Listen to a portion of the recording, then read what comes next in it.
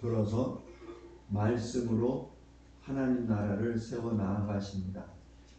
이것이 종교개혁입니다. 그래서 하나님의 사람은 하나님의 말씀을 듣는 자가 아니라 듣고 행하는 자입니다. 로마서 2장 13절 말씀입니다. 로마서 2장 13절 말씀 한번 찾아보시기 바랍니다.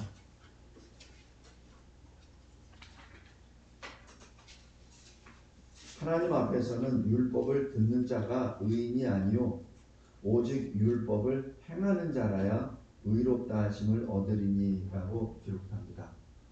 로마서 1장 17절에 오직 의인은 믿음으로 말미암아 살리라고 했습니다. 맞습니다. 믿음으로 말미암아 삽니다. 그런데 믿음에는 증거가 있습니다. 그 증거가 바로 그 믿는 자의 행함입니다.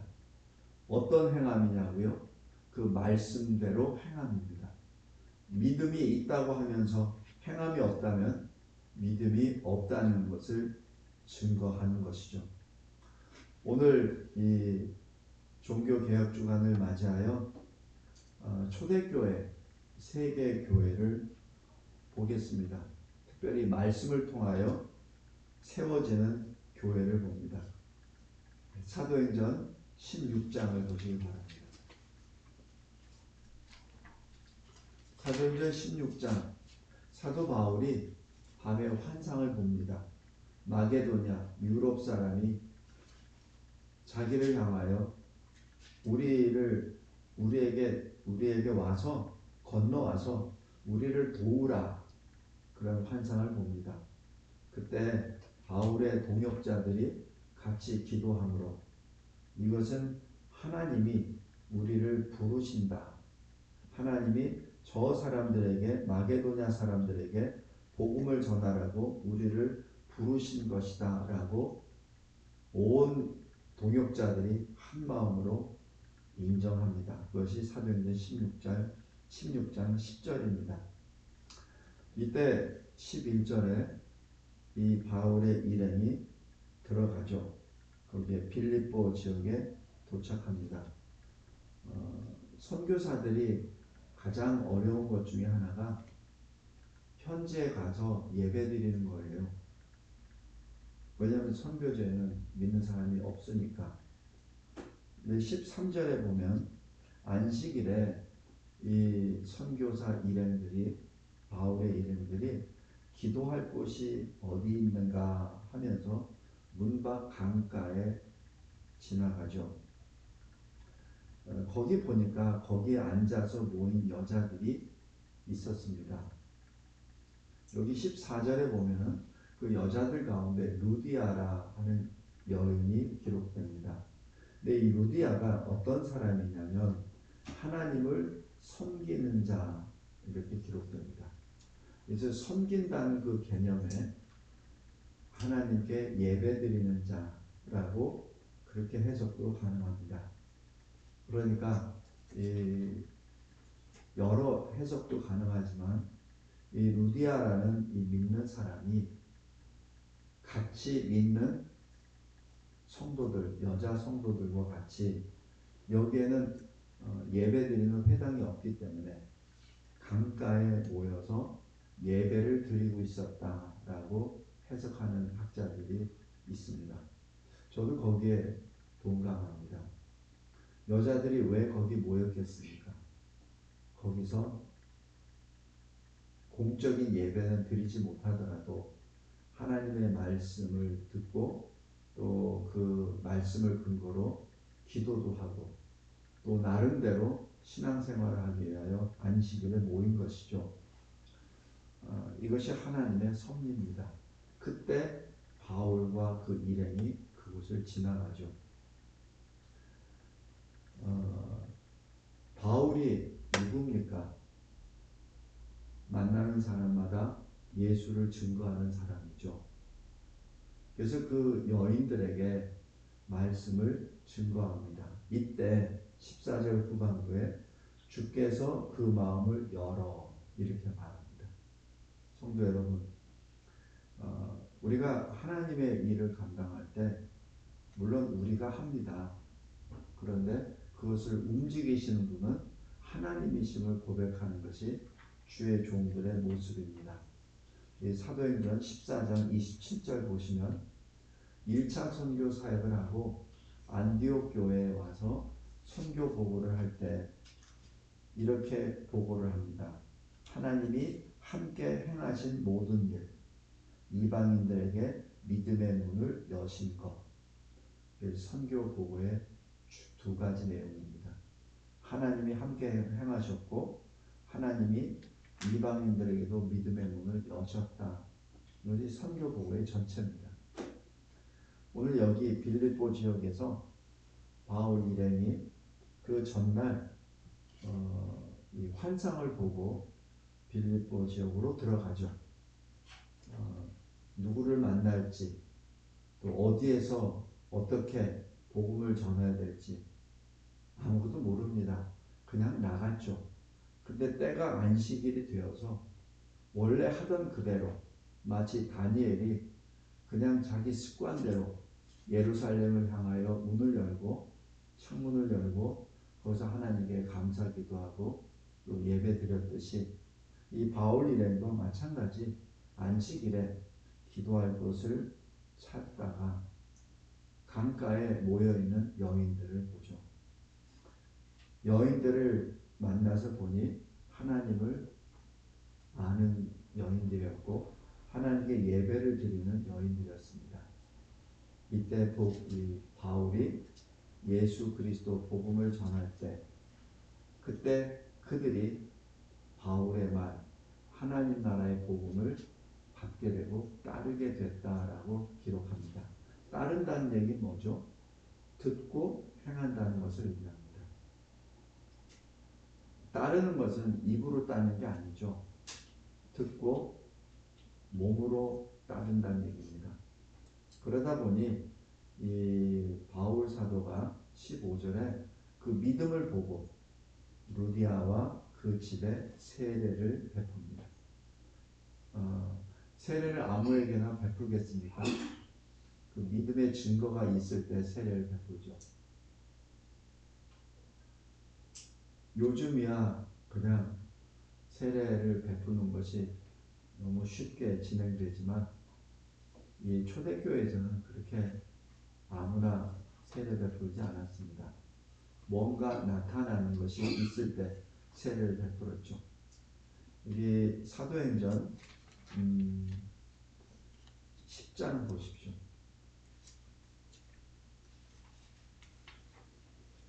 이 고넬료 집에 베드로가 들어가죠. 그래서 베드로가 들어갔을 때 고넬료가 이렇게 말합니다. 여기 사도행전 10장 33절 내가 곧 당신 베드로에게 사람을 보내었는데 오셨으니 잘하였나이다. 근데 이 고넬료가 이 말을 하기 전에 베드로가 들어올 때 어떻게 하죠? 24절 보십시오.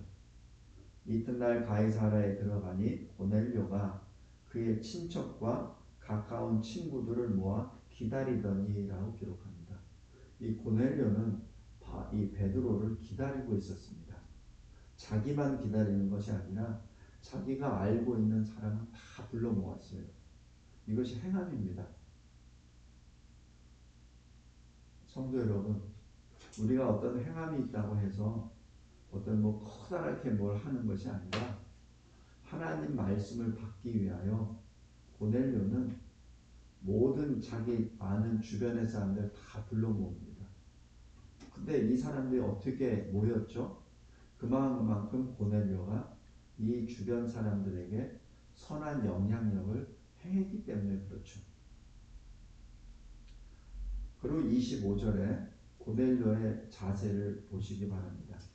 마침 베드로가 들어올 때 고넬료가 맞아 발 앞에 엎드려 절하니라고 기록합니다. 하나님의 말씀을 전하는 자에 대한 이런 모습입니다. 사도 요한도 요한계시록에 때로는 천사들이 때로는 장로들이 하나님의 말씀을 전하죠. 그때 사도 요한이 어떻게 합니까? 엎드립니다. 그리고 주여 나에게 알려주소서 이렇게 말합니다. 이때 천사도 그렇고 장로들도 그렇고 오늘 여기 베드로도 그렇고 동일하게 말합니다. 일어나라 나도 사람이라. 오직 하나님께만 엎드려라. 그것이 지금 이 말씀을 전하는 자들의 모습입니다. 성도 여러분, 우리가 하나님의 말씀을 받을 때 어떤 자세로 받습니까? 말씀을 전하는 목사가, 설교자가 위대해서 엎드리는 것이 아니라 하나님의 말씀을 전하기 때문에 그 말씀 앞에 엎드린 거죠. 그런다고 설교 들을 때 엎드려야 하는 건 절대 아닙니다. 그러나 그러한 자세로 말씀을 받아야 된다는 것을 의미합니다. 여기 다시 33절 보면 고넬료가 말합니다. 내가 곧 당신 베드로에게 사람을 보내었는데 오셨으니 잘하였나이다. 이제 우리는 주께서 당신에게 베드로에게 명하신 모든 것을 듣고자 하여 다 하나님 앞에 있나이다. 이것이 말씀을 받을 때의 자세입니다. 제가 전에도 언뜻 말씀드렸잖아요. 중국의 어디 선교사님이 예상하지 않았던 그곳에 저를 데리고 와서 그냥 그 아파트에 거기에 항상 카메라가 있으니까 선교사님이 먼저 들어가고 제가 한 5분 정도 있다가 또 들어갔죠. 들어가서 보니까 한 두세 사람밖에 없었습니다. 그래서 선교사님이 저에게 기도해달라고. 그래서 제가 여기까지 왔는데 기도만 해서는 되겠습니까? 우리 하나님 말씀을 보죠.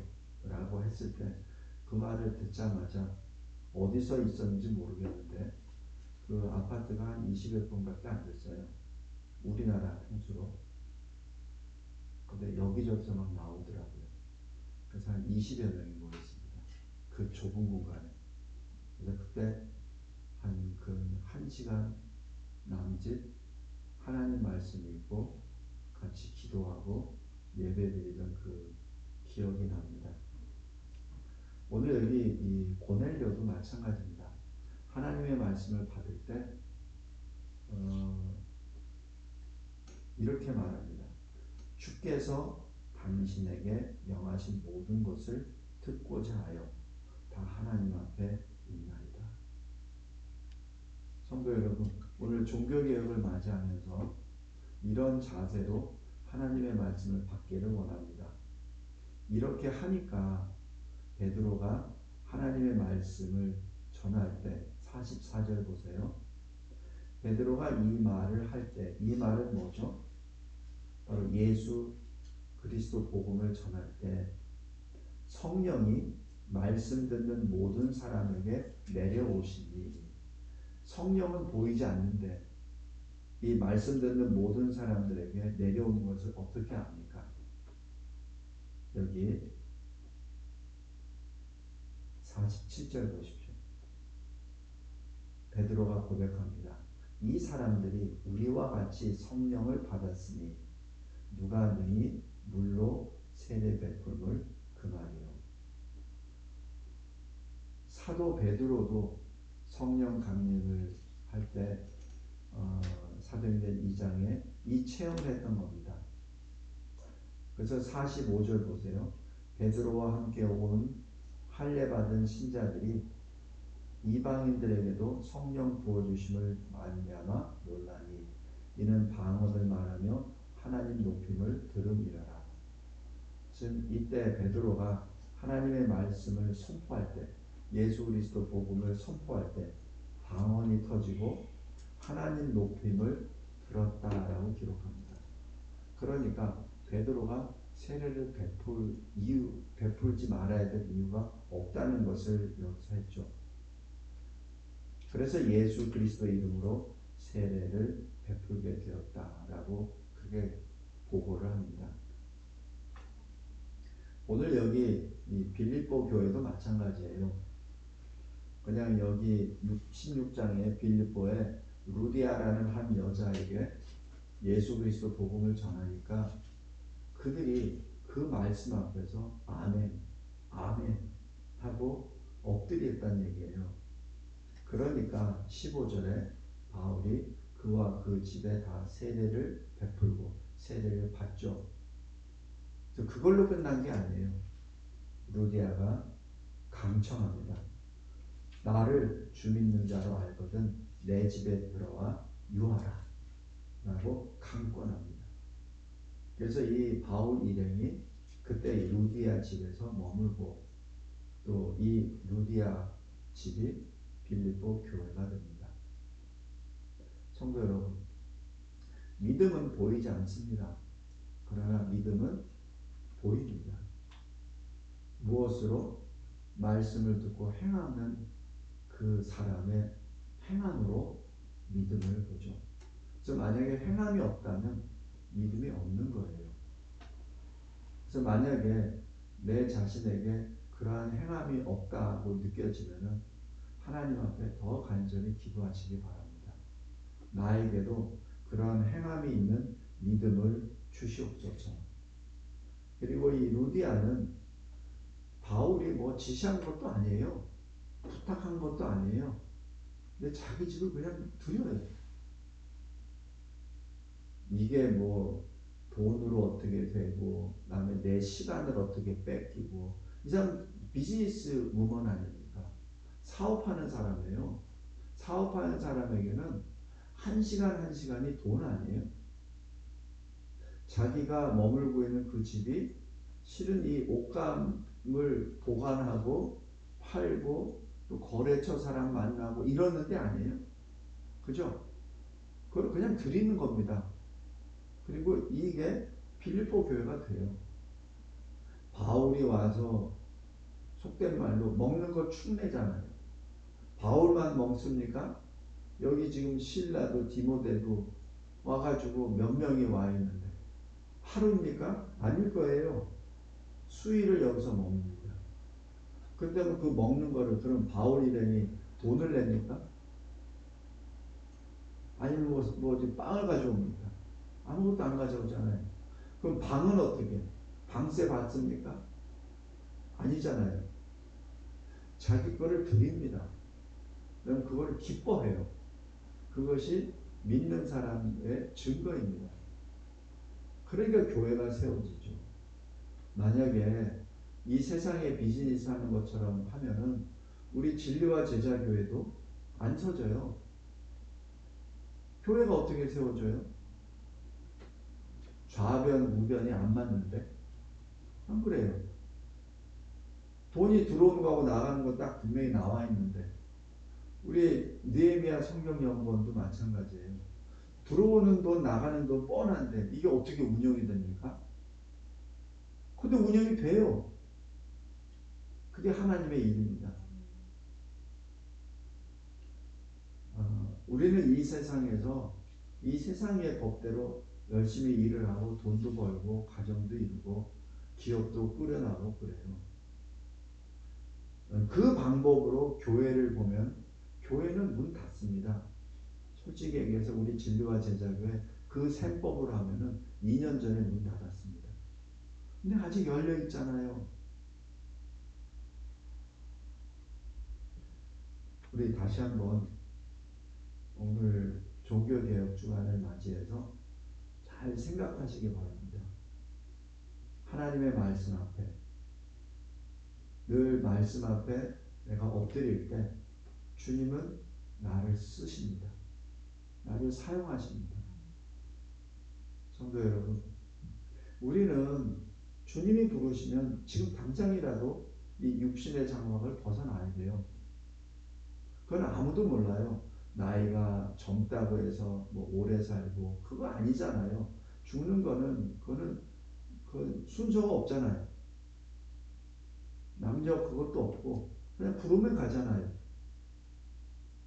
주님이 말씀하십니다. 듣는 자가 아니라 듣고 행하는 자입니다. 오늘 요한계시록 22장 7절에서도 마찬가지 듣고 그 말씀을 지켜라. 왜냐하면 내가 임할 때가 가까웁니다. 내가 속히 오리니 그렇게 말씀합니다. 우주적으로도 속히 오시고 우리 개인적으로 봐서도 내일이라도 우리는 죽을 수 있잖아요. 일할 수 있을 때 일하고 행할 수 있을 때 행하고 주님 앞에 엎드릴 수 있을 때 엎드리기 바랍니다. 그게 신앙이에요. 그렇다고 하여 제가 이 말씀을 한다고 해서 저 사람은 뭐 항상 뭐 죽음을 뭐 이렇게 하는 거. 사실 그렇잖아요. 그리고 또 말씀드립니다. 죽음은 두려움의 존재가 아닙니다. 만약에 죽음을 두려워하잖아요. 그건 믿음 없다는 자기 증언입니다. 죽으면 주님 만나러 가잖아요. 물론 저도 목에다 칼 대고선 하면은 저도 두렵죠. 그러나 우리는 소망 없는 사람이 아니잖아요. 우리가 죽으면 죽음의 문이 열리는 동시에 주님을 만나게 되잖아요. 그 믿음으로 순교자가 되는 건 아닙니까? 물론 꼭 어디에 뭐 총을 맞았는지 목이 잘려나가서 순교자도 되지만 우리 살면서도 분명히 순교자가 살아있는 순교자들도 있잖아요. 그게 저와 여러분 아닌가요? 세상의 방법으로 사는 자가 아니라 하늘의 방법으로. 그래서 우리를 하늘에 사는 자라고 말하잖아요. 천국 시민이라고 말하잖아요. 그래서 우리는 이 세상의 방법으로 사는 자가 아니에요. 세상의 방법으로 사는 자라면 여기 있으면 안 돼요. 의미가 없죠. 세상에 사는 방법으로 사는 사람은. 그런 사람이면 주일날 올 필요가 없습니다. 우리는 하늘에 사는 자들입니다. 데살로니가 교회도 마찬가지 17장 보세요. 여기 데살로니가 1절에 데살로니가의 이름입니다. 근데 거기에는 빌립보보다는 좀 형편이 나아요. 그래서 유대인의 회당이 있었습니다. 그래서 2절에 바울이 자기의 관례대로 그냥 원래 하던 그대로 그 유대인의 회당에 들어갑니다. 그래서 새 안식일 그러니까 3주간을 출입을 하죠. 가서 성경을 가지고 강론하고 뜻을 풀어 예수 그리스도 십자가 대속을 증언합니다. 그러면서 예수는 그리스도라고 선포하죠. 여기서 성경을 풀어주고 강론하는 게 몇 번? 3번입니다. 다른 평일날에도 했는지 안 했는지 모르겠으나 그러나 이 말씀 그대로 보면 새 안식일에 그러니까 안식일 3번 성경을 풀어주고 강론하고 그리스도 예수의 십자가 대속을 선포하였죠. 3번.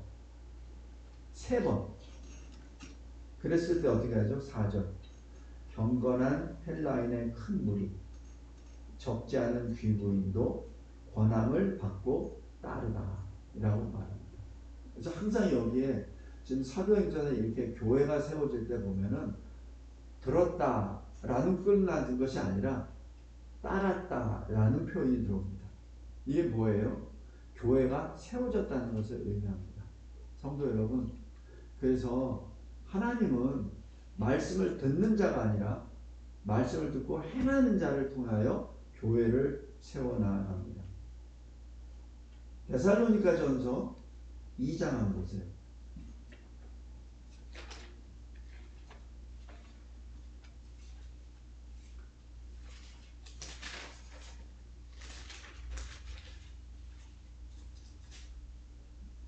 이 사람들이 어떻게 하나님의 말씀을 받냐면 13절 보세요.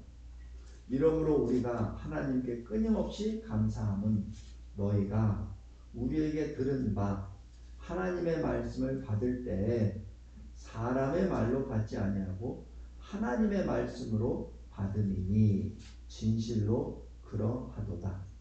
이 말씀이 또한 너희 믿는 자 가운데서 역사하느니라.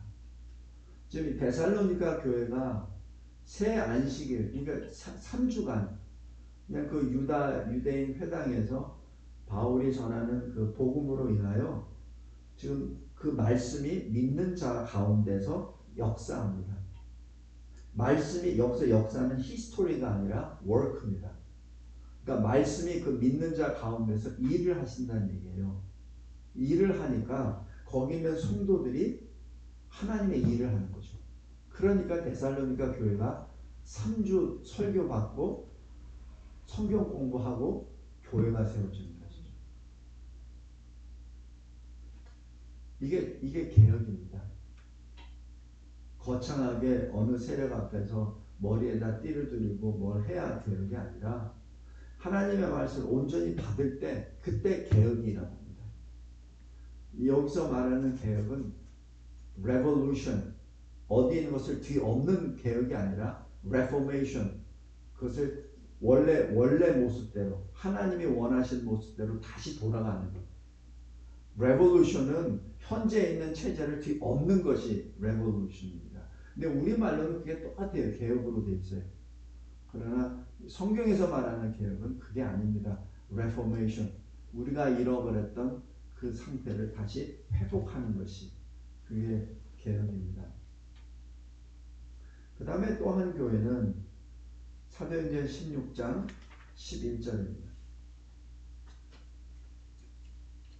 사도행전 17장이죠. 17장 10절에 데살로니가 교회에서 이렇게 교회가 세워지고 막 이렇게 하니까 시기나는 자들 또 그들이 쫓아내죠. 그러니까 10절에 밤에 형제들이 곧 바울과 실라를 베레아로 보냅니다. 그럼 이게 잘못하면 잡히고 죽게 돼 있으니까 보내요. 3주 만에. 그때 또 그들이 베레아 가니까 유대인의 회당이 있습니다. 그래서 그곳에 또 들어갑니다. 여기 바울과 실라 이 일행이 자기 생명을 지금 두려워합니까? 아니에요. 생명을 두려워하지 않습니다. 그냥 가는 곳마다 복음을 전하죠. 11절에 베레아에 있는 사람들은 데살로니카에 있는 사람들보다 더 너그러워서 간절한 마음으로 말씀을 받고 이것이 그러한가 하여 날마다 성경을 상고함으로. 여기 간절한 마음이 원어로 말하면 준비된 마음입니다. 그러니까 말씀을 받을 준비가 되어 있다는 얘기예요. 왜? 주님이 그 마음을 열어주셨습니다. 그리고 그 말씀을 받을 때 그냥 받는 게 아니에요. 이것이 그러한가. 그러니까 구약과 이 신약과 또 구약과 구약 이 모든 것을 이것이 이건가. 예를 들어서 이사야야 53장에 예수의 십자가 죽으심에 대한 예언의 그 말씀 선지서가 이 말씀이 사도 바울을 통하여 주는 예루살렘에서 십자가 대속이 이게 맞는 건가? 또 이 말씀은 창세기 3장 15절에 여인의 후손이 뱀의 머리를 없애버린다는 그 말씀인가? 그 말씀이 창세기 12장에 아브라함을 부르실 때 아브라함이 내가 너에게 복의 근원이 될 것이라는 그 복의 바로 그 말씀인가? 이 모든 말씀, 다윗에게 언약하신 그 언약의 말씀이 바로 이 말씀인가? 계속 이것이 이러한가? 그것이 그러한가? 계속 말씀을 가지고 연구하는 거죠. 날마다 성경을 상고한다. 이 상고는 말씀을 분석한다는 얘기입니다. 연구한다는 얘기예요. 그냥 들어서 그래 그게 아니라 성도 여러분, 믿음은 알아야 믿음이 생기죠. 우리가 부모를 믿잖아요. 왜 부모를 믿습니까? 나를 낳게 해주셨잖아요. 그리고 내가 울 때마다 나에게 오셨잖아요. 내가 어려움 당할 때마다 내 어머니 아버지가 나의 방파제가 되셨잖아요. 뭐 쉽게 얘기해서 내가 학교 다닐 때 학비 대줬잖아요. 내가 어렸을 때 잠자리를 해주셨잖아요. 아주 구체적이잖아요.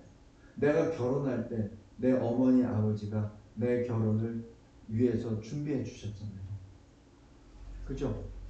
그러니까 믿죠. 아니까 믿죠. 우리 성경도 마찬가지예요. 성경을 제대로 연구하지 않으면 믿음이 안 생겨요. 그래서 성경 공부를 그렇게 중요시하는 겁니다. 성도 여러분, 빌립보 교회도 데살로니가 교회도 베레아 교회도 말씀으로 세워진 교회들이에요.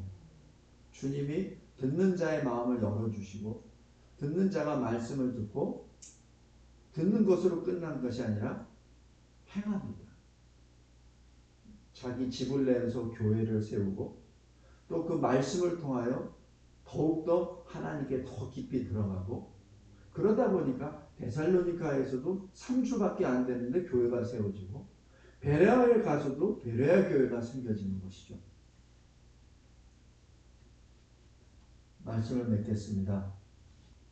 오늘 본문에 있는 것처럼 하나님의 말씀을 읽고 듣고 지키는 자, 하나님의 말씀을 읽고 듣고 그 가운데 기록된 것을 지키는 자, 그 자가 구원받은 자들입니다. 여기서 복이 있도다라고 말하는 것은 구원받았다는 것을 의미해요. 다시 얘기해서 하나님의 말씀을 읽었는데 그것이 그냥 냉랭하거나 아니면 그 말씀을 듣고도 행함이 없다면 그것은 구원에 대하여 다시 한번 체크해 봐야 됩니다. 그 체크는 누가 할 수 없어요. 본인이 알아서 해야지. 그걸 누가 합니까? 목사도 그 얘기를 못합니다. 부모도 얘기 못해요. 그건 본인이 해야 됩니다.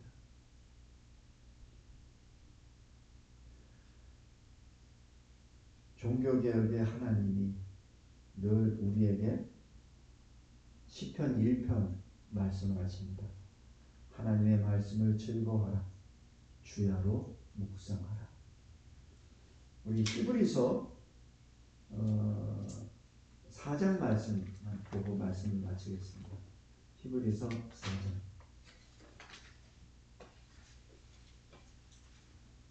12절입니다. 하나님의 말씀은 살아있고 활력이 있어 좌우의 날선 어떤 검보다도 예리하며 혼과 영과 및 관절과 골수로 찔러 쪼개기까지 하며 또 마음의 생각과 뜻을 판단하나니. 말씀을 받았을 때 나에게 아픔이 올 때가 있어요. 나에게 찔림이 일 때가 있어요. 그때야말로 하나님께 감사기도 할 때이고 말씀을 들을 때 아파 라고 하는 이 내면의 그 심연 가운데 그 흐느낌과 그리고 한탄과 그리고 고통이 나옵니까? 그럼 그때야말로 하나님의 영이 내 안에서 나를 깨워주신다는 거예요. 우리 왜 뼈가 부러지면은 기본 8주 동안 이 기부수에서 딱 묶잖아요. 그럼 나중에 8주나 10주 된 다음에 이 기부수를 푼 다음에 어떻게 되죠? 그것이 그냥 이 통이라면은 큰 문제가 없는데 이 관절 부분에 만약에 이 기부수가 되면은 8주나 한 3달 동안 2달이나 3달 동안 묶여 있다가 풀면은 관절이 안 움직입니다. 그 안 움직이는 그 관절을 다시 움직이게 하려면 어떻게 해야 되죠? 힘들어요. 아파요. 또 우리 인대 수술 같은 경우 하고 난 다음에 한 3달 지나고 난 다음에 제일 뭐 하죠? 그 꺾는 연습을 합니다. 그건 진땀 흘리면서 해요.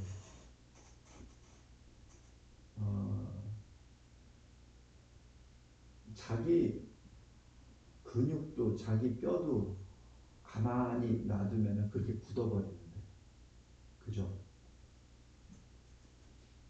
하나님의 말씀에 둔감한 그 영혼이, 돌과 같은 그 영혼이 하나님의 말씀이 들어가서 쪼개버릴 때 그 고통이 얼마나 큰지 아십니까? 그래서 히브리서 기자가 좌우의 날선 어떤 감보다 예리하다. 그리고 찔러 쪼개기까지 한다. 이게 뭐예요? 자기 간증이에요. 자기 간증입니다. 말씀을 통해서 이러한 쪼개짐이 없다고, 쪼개짐이 있는 경험이 없다면 하나님께 더 엎드려서 기도하기 바랍니다. 쪼개짐이 없이 말씀 계속 받잖아요. 그러면 교만만 쌓여요. 왜냐하면 그 말씀이 지식으로만 계속 쌓여버리니까. 그러니까 교만하고 남을 판단하기만 하죠. 근데 진정으로 골수가 쪼개지고 내가 완전히 그냥 분해되고 하는 것을 체험한 사람은 남을 정죄할 수가 없어요. 남에게 뭐 이래라 저래라 할 건덕지가 없어요. 어떻게 감히 얘기를 합니까? 요 경험이, 이 절차가 없을 때 남을 판단해요. 왜냐면 머리로는 다 알거든. 그러니까 남만 판단하지. 자기는 의롭다고 생각하고.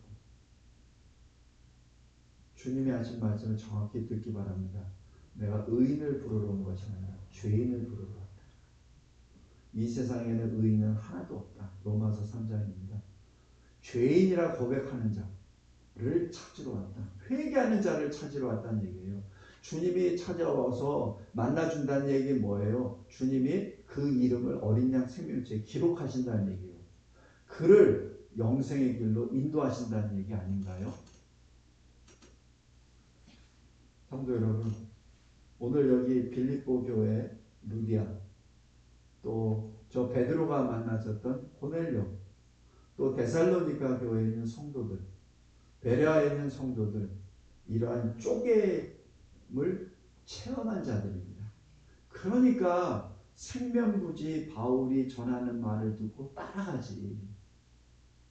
세상에 어느 사람이 처음 만난 사람이 얘기했다고 해서 듣고 따라갑니까? 그럼 바보나 그렇지. 누가 따라갑니까? 여기 따라간 사람이 누구예요? 귀부인들, 거기에 있는 적지 않은 사람들, 무리들이 따라간다고 하잖아요. 왜? 쪼개졌으니까. 쪼개졌으니까. 내 옛자아가 무너졌으니까. 왜 이 시대의 교회가 자꾸 어려워지냐면 그 골수가 쪼개지는 것을 체험을 안 한 사람들이 있기 때문에 교회가 약해지는 거예요. 교회 성도 수가 적어서 약한 거 아니라 진정으로 그 쪼갰을 체험하지 못한 사람들이 교인이라고 자처하며 교회에 출입하고 그 수를 늘려가니까 교회가 허당인 거죠.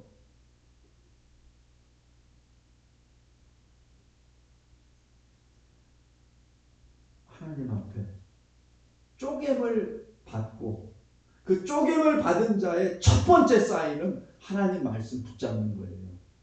왜냐하면 너무 아프니까, 너무 괴로우니까, 여기서 살 길은 말씀밖에 없다는 것을 본인이 아니까, 그러니까 말씀만 붙잡는 거예요. 그러니까 그 말씀을 전하는 자 앞에 무릎을 꿇고 잘 오셨나이다 라고 무릎을 꿇는 겁니다. 그 사람 때문에 무너진, 그 사람 때문에 무릎을 꿇는 것이 아니라, 왜 목사 보고 신방해달라고 한 줄 아세요? 그 말씀을 받기 때문에 고넬료의 심정으로.